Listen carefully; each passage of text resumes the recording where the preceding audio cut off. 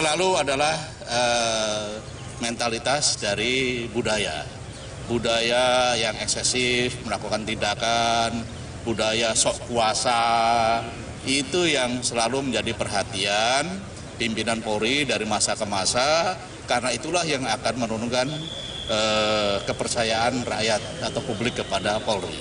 Tantangan besar ke depan, yang Asian Games, itu aja terorisme, narkoba, korupsi, transnational crime akan berkembang. Maka Polri memerlukan peningkatan terus-menerus di bidang operasional dan di bidang pembinaan. Nah, peningkatan mutu anggota Polri itu hal yang perlu dilakukan terus-menerus dengan memperbaiki seluruh lembaga pendidikan Polri dan mengirim anggota Polri ke lembaga pendidikan dalam dan luar negeri. Penanganan untuk terorisme ini, ya kita tadi sudah dijelaskan oleh Kapolri bahwa tingkat keamanan di Indonesia ini sudah sampai tingkat ranking ke-9. Itu sudah kalau bisa lebih ditingkatkan lagi. Kepercayaan masyarakat kepada Polri supaya lebih bisa diperhatikan lagi. Terus dibenahi, semakin meningkat kepercayaan masyarakat, semakin meningkat pelayanan masyarakat. Kita ucapkan selamatlah dalam ulang tahun yang ke-72 ini. Pilpres, Pileg dan Pilpres 2019, termasuk juga sidang tahunan IMF di Bali, dan beberapa event-event lain yang cukup penting yang harus diamankan oleh Polri. Oleh karena itu, tentu Polri harus terus meningkatkan profesionalitasnya, kemudian juga harus menjaga martabat dan wibawa Polri. Gue komen apa? Mantap gitu. Pensiun. Nah, kalau kita bicara kembali lagi soal Kamtipmas, kalau di Jakarta Polda Metro Jaya dan jajaran Polres ini membentuk tim untuk meminimalisir kejahatan jalanan, sudah melakukan penangkapan terhadap banyak tersangka, ini ratusan, ya, untuk menghindari kejahatan jalanan terulang.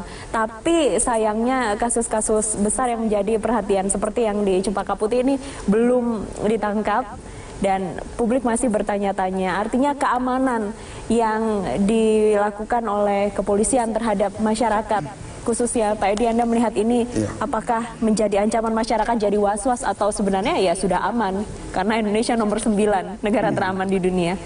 Tapi dilihat dari modus modus pelaku kejahatan akhir-akhir ini, terutama kejahatan dengan kekerasan, memang tambah meningkat. Yang saya lihat beberapa minggu yang lalu, kejadian begal yang terjadi di wilayah saya, ya, wilayah dapil saya, Kabupaten Tangerang, itu sangat sadis. Itu anak sekolah masih setingkat SMA. Jadi pelaku kejahatan untuk merebut motornya itu dibacok 3 di belakang, pinggang, ke bawah. Ini sudah sangat luar biasa. Nah, kalau kita melihat modus seperti itu, modus yang sangat sadis seperti itu, ini Polri hendak juga bertindak keras dan mencari pola-pola tertentu untuk menanggulangi hal itu. Jangan sampai kejahatan seperti ini berkembang. Sedangkan kejahatan luar biasa yang dikatakan tadi oleh beberapa purnawirawan Polri, ex-Kapolri, ada narkotik, terorisme, ya, korupsi, ya. Nah, itu juga berkembang di tingkat kejahatan itu. Kemudian di tingkat kejahatan bawah ini juga berkembang seperti modus begal. Dulu orang mencuri motor itu cukup dengan kunci T. Itu kan kendaraan parkir dengan kunci T. Sekarang sudah mengarah ke. Kenapa ada perubahan tren, Pak Edi? Nah, ini mungkin hal-hal seperti itu, ya. Orang mencari jalan pintas dan cepat, ya, dan mencari tempat-tempat yang lowong dan aman, di tempat yang sepi. Biasanya begal-begal itu dilakukan di tempat-tempat yang sepi. Nah, ini perbuatan-perbuatan seperti ini, kalau saya lihat, ya, ini mereka ini ada yang menggunakan pistol, ya. Pistol ini juga ada pistol organik, baik pistolnya Polri maupun pistolnya TNI. Juga ada yang menggunakan senjata rakitan. Kemudian ada juga yang menggunakan berupa pedang, pentungan. dan lain-lain. Nah, ini kalau saya lihat ini mereka ingin menggunakan cara pintasnya saja supaya cepat untuk melakukan kejahatan itu. Dia tidak memikirkan hal-hal yang lain. Baik. Nah, ini pemikiran-pemikiran kita ke depan ya. Kita lihat juga masalah program-program Pak Jokowi. Salah satunya untuk mengatasi hal-hal seperti ini ya, kita perlu meningkatkan ekonomi kerakyatan. Baik. Jadi memang di lapisan bawah rakyat kita itu sangat miskin. Orang yang miskin ini kadang-kadang ada yang pikirannya sangat negatif, ya. Jadi pikiran rasionalnya nggak berjalan. Jadi dia sangat mudah melakukan kejahatan seperti yang kita katakan tadi sangat sadis. Ini tadi seperti yang sempat disinggung Pak Dede Padahal itu hasilnya tidak seberapa, gitu. Tapi perbuatan itu di luar batas-batas kemanusiaan. Artinya harus ada pencegahan karena sejauh ini polisi bertugas sebagai penindak ya. Ketika sudah ada kejahatan lalu menindak. Pak Dede, apakah pencegahan yang dilakukan ini sudah cukup sejauh ini baik dari kepolisian maupun elemen yang lainnya? Iya. Jadi kalau kita bicara pencegahan, kita harus memahami dulu modus kejahatan.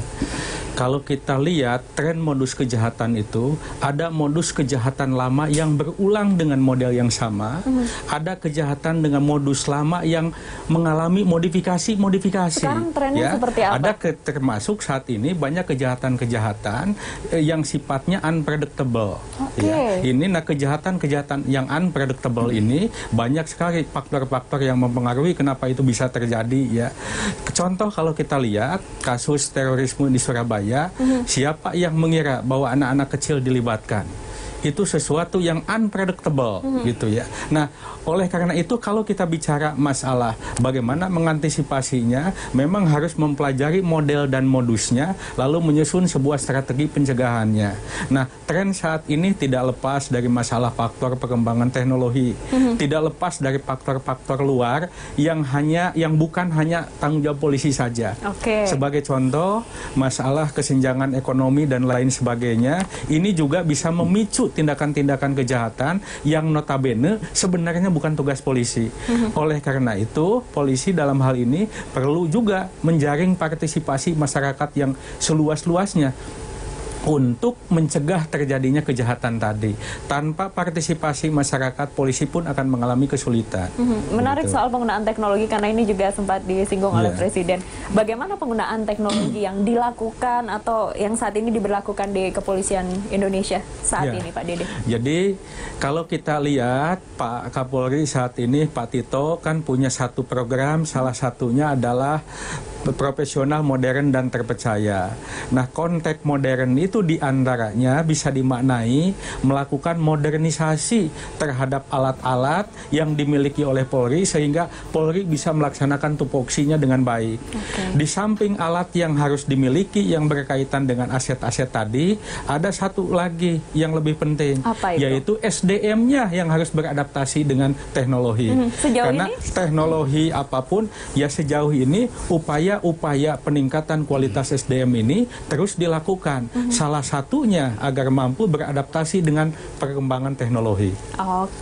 Pak Edi, tren penggunaan teknologi atau perkembangannya ketika Anda masih bertugas di institusi Polri seperti apa? Nah, ini sudah banyak kemajuan ya. Sekarang ditambah lagi satu ilmu dalam hal penyidikan oleh Polri, yaitu yang disebut di lingkungan reserse sudah dibentuk lagi yang namanya direktur cybercrime, sudah dibentuk lagi direktur cybercrime. Nah, ini dari segi teknologi, perbuatan tindak pidana yang menggunakan cyber itu sudah bisa dimonitor oleh Polri dan sudah bisa diawasi oleh Polri. Ya, juga seperti KPK ya. KPK juga sudah punya alat itu untuk memonitor perbuatan orang yang menggunakan misalnya handphone, disadap gitu ya, menggunakan alat-alat elektronik yang lain. Nah, ini kemajuan ya buat kita. Maka seperti sekarang kalau sudah ada undang-undang IT, ini banyak sudah tertangkap, khususnya orang-orang yang melakukan ujaran-ujaran kebencian melalui alat-alat elektronik. Teknologinya itu ada, kasusnya juga ada. Kasus juga ada, terus undang-undang juga Sudah ada, sudah. Ya, Bagus nanti sekali. kita lanjutkan perbincangan usai jeda, pemirsa, tetaplah bersama kami.